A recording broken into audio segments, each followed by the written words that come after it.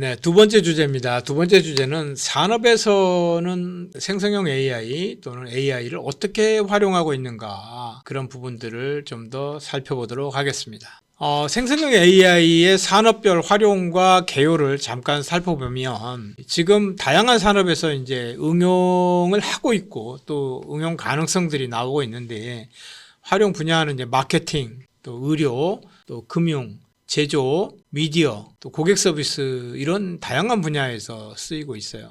목적은 간단합니다. AI를 사용하는 목적은 효율성 향상하고 비용 절감입니다. 지금 우리가 어떤 A센터가 됐던 이런 것들 보면 카톡이나 이런 데서 챗봇이 많이 활동을 하고 있죠. 챗봇은 24시간 활동을 하는데 어떤 근로기준법에 적용을 받는 것도 아니고, 또 상담자의 컨디션에 따라서 답변의 질이 달라지는 것도 아니고, 그렇기 때문에 많이들 활용을 하고 있는 것 같아요. 그래서 그런 부분들이 많이 쓰고 있다. 우리가 많이 접하고 있으니까 그런 부분들이 있고, 또 생성형 AI의 장점은 효율성을 무조건 이게 나오는, 여러 산업에서 업무 자동화 및 생산성 향상이 눈에 띄게 나타나고 있죠. 그래서 그런 분야에 쓰이고 있고, 비용 절감, 이런 부분들, 그래서 챗봇 하나를 근무시키는 거하고 상담원을 근무시키는 것하고는 조금 다르죠. 그런 면에서도. 반면에 이제 생성형 AI의 단점도 있어요. 부정확한 정보를 제공하는 문제가 가끔 발생하고, 또는 전혀 엉뚱한 대답을 많이 하는 경우가 있잖아요. 내가 질문의 질문을 잘못했을 수도 있지만 딱 정해진 어떤 카테고리 안에서만 답변을 하고 있는 게 현재 상황인데, 앞으로는 분명히 달라지겠죠. AI가 점점 더 AGI 쪽으로 발전되고 이러다 보면, 지금 아까 얘기했던 GPT-4 오한 모델 같은 경우는 이미 논리적인 생각을 하고 있기 때문에 대화 가는 과정에서 이 사람이 어떤 걸 질문하고 있는지를 맥락을 파악하고 거기에 맞게끔 추론해서 답변할 수 있는 정도까지. 그런데 지금까지 있는 것들은 뭐냐? 데이터베이스랑 똑같죠. 이거면 이거다. 근데 그것이 모델로 만들어져 가지고 빨리 나오는 것 뿐이죠. 정형화되어 있다는 거죠, 답이. 그런데 오한 같은 경우는 추론이 가능하기 때문에 대화의 내용을 종합해서 답변을 자기가 만들어내는 그런 수준까지 가는데 일장일단이 있을 것 같습니다. 네. 또 두 번째는 편향된 데이터의 문제가 있다. 이것은 더 이상 설명하지 않도록 하겠습니다. 또 개인정보 보호에 위협이 있다. 이런 부분들은 생성형 AI를 사용하는 데서의 단점이라고 볼 수 있습니다. 생성형 AI는 이렇게 다양한 분야에서 응용 가능성을 넓혀가고 있어요. 그래서 이런 것들은 장단점들을 좀 잘 파악해서 활용을 해야 될 걸로 보입니다. 자, 마케팅 및 광고 산업에서의 생성형 AI는 어떻게 활용되고 있는가 하면, 광고 문구를 작성한다든가 아니면 소셜미디어에 콘텐츠를 제작하는 것도 하고 있죠. 그래서 요새 유튜브에 보면 쇼츠라는 게 있잖아요. 쇼츠에 보면 전부 다 생성형 AI 가지고 그림을 보여주고 거기에 그냥 더빙만 입히는 그런 형태로들 이용을 하고 있습니다. 그것이 좋고 나쁜 걸 떠나서 그렇게 이미 활용이 되고 있다는 거예요. 그다음에 이메일 마케팅의 자동화, 이런 부분도 있고, 특정 고객층을 겨냥한 맞춤형 광고 문구를 생성해서 제 성향을 파악해서 황동아 고객님 어쩌고저쩌고 이렇게 하면서 끌고 갈 수가 있죠. 그런 문구도 만들어낸다. 장점은 이제 빠른 콘텐츠 생성이 가능하다는 거죠. 짧은 시간 내에 많은 양의 마케팅 자료나 또 이런 쇼츠나 이런 콘텐츠들을 만들어낼 수 있다는 것이고, 맞춤화 가능성. 사람은 내가 100명의 고객을 상대를 하는데 100명에게 각각 다른 콘텐츠를 제공하기는 힘들어요. 그런데 생성형 AI를 활용한다면, 이런 정보가 만약에 파악되어 있다면 개인마다 좋아하는 컬러가 있겠죠. 그런 컬러를 기반으로 한 테마를 이용할 수도 있고, 그런 점들이 맞춤화가 가능하다. 단점은 이 창의성의 한계, 이제 빤하죠. AI가 하는 것은 거의 비슷할 것이다 라고 하는 이제 창의성. 이런 부분들은 이제 프롬프트 엔지니어, AI하고 대화를 하는 사람의 스킬에 따라 가지고 좀 달라질 수도 있을 걸, 극복할 수도 있지 않나, 이렇게 생각을 합니다. 또 브랜드 이미지 일관성, 브랜드의 정체성과 일치하지 않는 콘텐츠가 생성될 위험이 있습니다. 이런 부분들 중복해서 나오고 있는데요. 실제로 그렇게 됩니다. 지금 우리가 파워포인트를 만들어 봐도 이 일관성을 하려면은 테마를 일정하게 유지하면 되는데, 이 친구는 테마를 자기가 나름대로 추천을 하게 되면 어떤 때는 좀 브라이트한 컬러를 쓰고 어떤 때는 좀 다크한 컬러를 쓰고 이렇게 되죠. 테마들이 그런 것들도 하나의 그 정체성이 일치하지 않는 것이라고도 볼 수 있을 것 같습니다. 또 의료 및 헬스케어 산업에서의 생성형 AI는 이제 이미지 분석하는 거, 이미지 분석해서 이 사람이 이제 어떤 그 병증이 있는지를 찾아내는 것도 엑스레이나 이런 것들을 촬영을 했을 때 인간의 눈으로 판단하는 게 오류가 또 상당히 많다고 그래요. 그래서 이제 그런 부분들도 AI가 판단했을 때 정확도가 높아지고 환자 기록을 요약하는 내가 계속해서 진료를 받고 다녔을 때 의사도 나의 주치의지만 나의 어떤 그 패턴, 이 사람은 예를 들어서 봄, 여름, 가을, 겨울로 봤을 때에 봄에는 어떤 건강이 이쪽저쪽이 안 좋았고 그다음에 여름, 가을은 괜찮은데 겨울이 들어가면서도 이런 부분이 안 좋았다. 이런 부분들을 요약해서 브리핑해 줄 수 있는 그런 부분에도 사용할 수 있을 걸로 보입니다. 역시 가상 상담은 이제 아직은 좀 이른 것 같지만 AI 의사하고 직접 상담하는 그런 부분들도 있지 않겠나 이렇게 생각을 하고요. 장점은 진단 지원을 통해서 정확성을 높이는 것이 가장 좋은 것 같고요. 그 다음에 효율적인 기록 관리, 의료 기록들을 자동으로 요약하고 정리해서 의료진의 의사한테 이렇게 어시스트 해주는 그런 것들은 굉장히 좋은 것 같아요. 그런 부분들.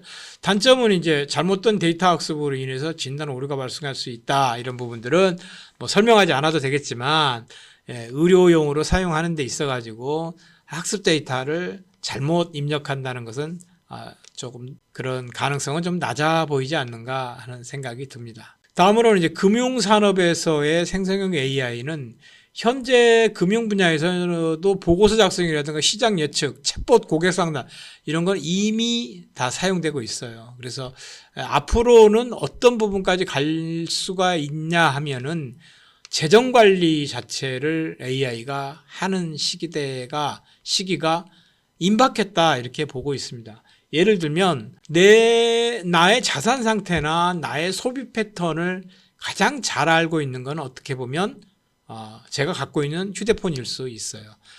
그래서 휴대폰이 어느 날은 이럴 수도 있지 않겠습니까?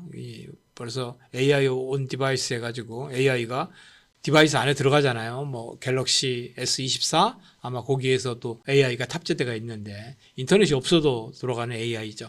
조금 더 발전하면 이제 에이전트가 하나 더 들어가겠죠. 그래서 내 소비 생활을 컨트롤하는 에이전트에서 제가 뭘 결제하려고 그러는데 얘가 너 이번 주에 지출이 너무 많으니까 오늘은 결제가 안 될 것 같아 라고 결제를 거부하는 그런 에이전트도 금방 나오리라 생각합니다. 개인화된 그런 AI들이 나올 것 같고, 물론 이제 금융산업에서는 좀 더 큰 실제로 이제 이상 거래 패턴을 찾아내서 어떤 그 금융 사기나 또는 이제 카드 도난 이런 부분들을 찾아내는 그러한 모델들은 이미 도입해서 사용을 하고 있는 금융기관들도 있습니다.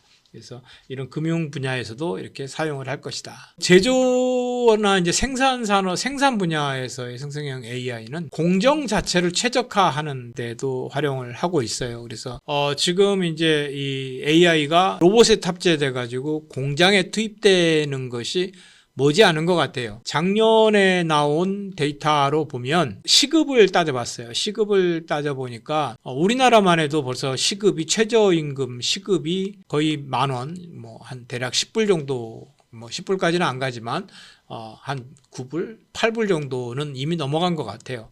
그 정도 10,000원 정도 되니까 그 정도 된 것 같은데 로봇을 공정에다 투입했을 때 시급이 5.6불이라고 이렇게 조사가 돼요. 대단하지 않습니까? 로봇은 뭐 컨디션에 따라 가지고 뭐 일의 속도가 느려진다든가 또 스트레스에 따라 가지고 불량률이 늘어난다든가 이런 부분이 인간보다는 현저히 줄어들죠. 그 밖에도 뭐 다른 문제들도 많이 있는데 쟁의 문제도 있고 이런 문제들이 있는데 그런 것들이 없어요. 그래서 제조에서 생성형 AI는 이런 자동화하는 데 있어 가지고도 반드시 필요한 것이다 이렇게 보고 있고요.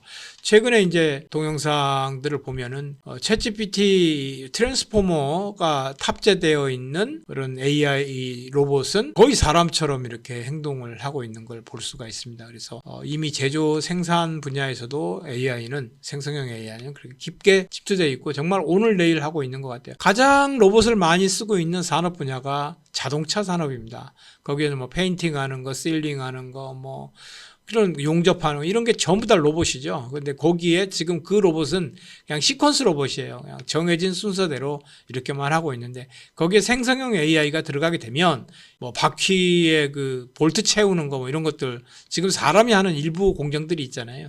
그런 공정들까지도 전부 다 생성형 AI가 결국은 대체할 것이다. 생성형 AI가 로봇에 탑재돼서 그것들을 다 대체할 거다 이렇게 보입니다. 그래서 비용 절감이나 뭐 생산성 향상 이런 부분들은 장점으로 얘기해도 부족함이 없을 것 같고요. 단점은 늘 얘기하는 것은 뭐 데이터가 잘못돼갖고 부정확할 수 있다. 기기에 너무 의존해가지고 뭐 이런 부분들이 나오는데 이런 것들은 좀 기후에 속하는 거지만 그 기후지만은 그래도 한번 짚어보고 넘어가는 부분이라 이렇게 생각하면 될 것 같습니다. 또 미디어 및 엔터테인먼트 산업에서도 콘텐츠 제작하고 콘텐츠 제작하는 거 그다음에 콘텐츠 생산 속도가 워낙 빠르죠. 그다음에 개인화된 엔터테인먼트 콘텐츠를 제작할 수 있다라는 부분들.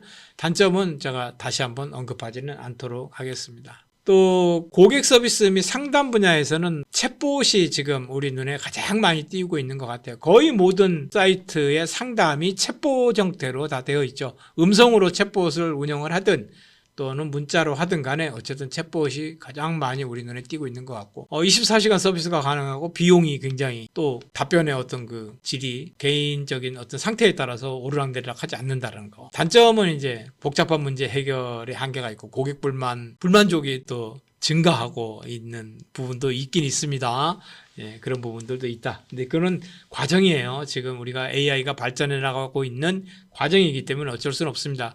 챗봇이 아마 챗GPT 정도의 엔진, 모델을 사용한다면 이런 불만 자체도 나오지 않겠느냐. 현재도 그렇지만 그 비용 때문에 챗GPT의 API를 활용하는 그러한 챗봇은 아직 나오고는 있지 않다. 이렇게 이해할 수 있을 것 같습니다. 자, 그래서 생성형 AI 활용의 종합적인 평가를 잠깐 살펴보면 효율성 향상이 눈에 띄고요. 그 다음에 한계가 좀 있다라는 거죠, 현재는. 근데 그거는 비용적인 문제만 해결된다면 이런 한계도 금방 뛰어넘을 수 있겠다. 이렇게 보고 있습니다.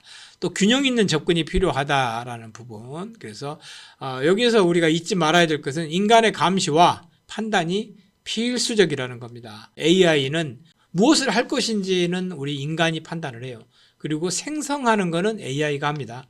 그리고 생성된 것을 감시하고 판단하고 피드백하는 건 또 인간이 해야 될 부분이에요. 그래서 이런 감시와 판단은 꼭 필수적이다. 이렇게 해야 되고 올바른 활용을 위해서는 AI하고 대화를 잘 끌어가야 됩니다. 그래서 지금 우리 그 실리콘밸리에서도 가장 인기 있는 직종 중에 하나가 프롬프트 엔지니어라고 그러죠. 프롬프트 엔지니어는 뭐냐? 프롬프트가 뭐예요? 이렇게 대화하는 창에 나와서 깜빡깜빡 거리는 걸 프롬프트라고 그러죠.